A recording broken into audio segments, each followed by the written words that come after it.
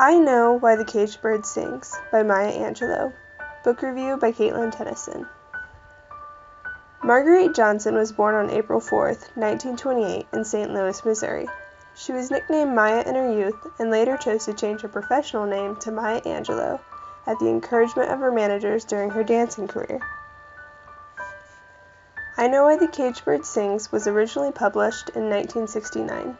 This was the first in a series of 7 autobiographical works that Maya wrote. Maya wasn't limited to just being an author. She was a poet, historian, songwriter, playwright, dancer, stage and screen producer, director, performer, singer, and civil rights activist. Basically, she kept herself busy and was an amazing woman.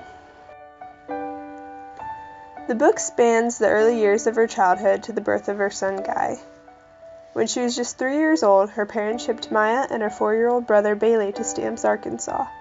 Their parents separated and then decided to send the children to their grandmother on their father's side. Unfortunately, the man they paid to see the children to Stamps got off in Arizona. The two made their way to Stamps with the help of pitying strangers and were identified by tags on their wrists. They were raised by their grandmother, Mama, and a very respectable woman in the Stamps community. Mama and her son, Uncle Willie, ran the Johnson General Merchandise Store together, where Maya and Bailey spent a good portion of their childhood attending the register.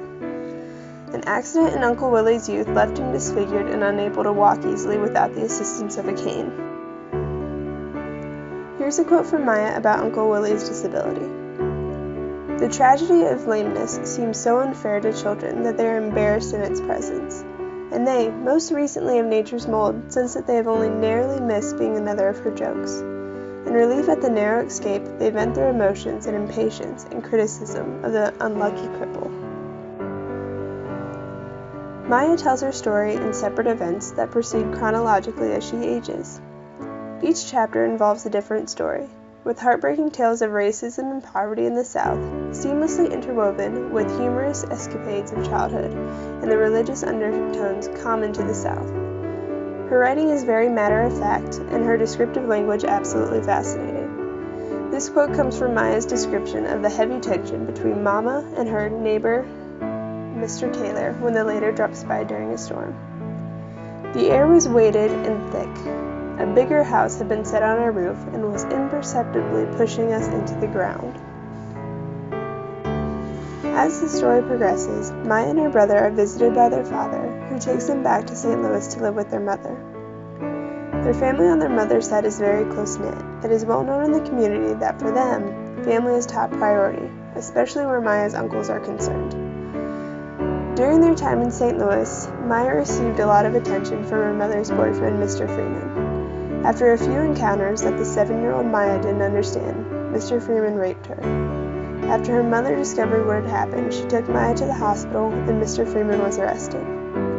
He was found dead not long after. Maya hints that her uncles killed Mr. Freeman and that she feels partially responsible for his death. Maya grew very quiet and refused to talk to anyone but her brother for many months. Eventually, Maya's family decided she was taking too long to get over the rape, and the children were sent back to Stamps.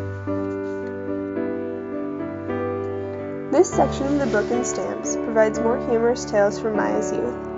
Maya makes new friends and develops a fascination with literature. Mama does her best to raise good Christian grandchildren and offers a branch of stability in their hectic lives. The novel ends after Maya and Bailey move back to live with their mother. The novel's speed progresses as we see Maya get hired as the first African American on the San Francisco streetcars out of pure determination. Shortly after, Maya becomes concerned that she is turning into a lesbian, her concern mostly stemming from her boyish features and a very unhelpful book. She takes matters into her own hands and propositions a neighbor boy, and I'm quoting, "Hey, would you like to have a sexual intercourse with me?"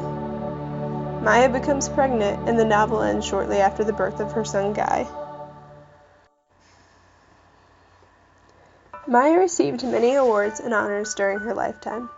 A Pulitzer Prize nomination for her book of poetry, Just Give Me a Cool Drink of Water 'Fore I Die, a Tony Award nomination for her role in the 1973 play Look Away, and 3 Grammys for her spoken word albums. She served on 2 presidential committees and was awarded the Spingarn Medal in 1994, the National Medal of Arts in 2000, and the Presidential Medal of Freedom in 2011. Angelou was awarded over 50 honorary degrees.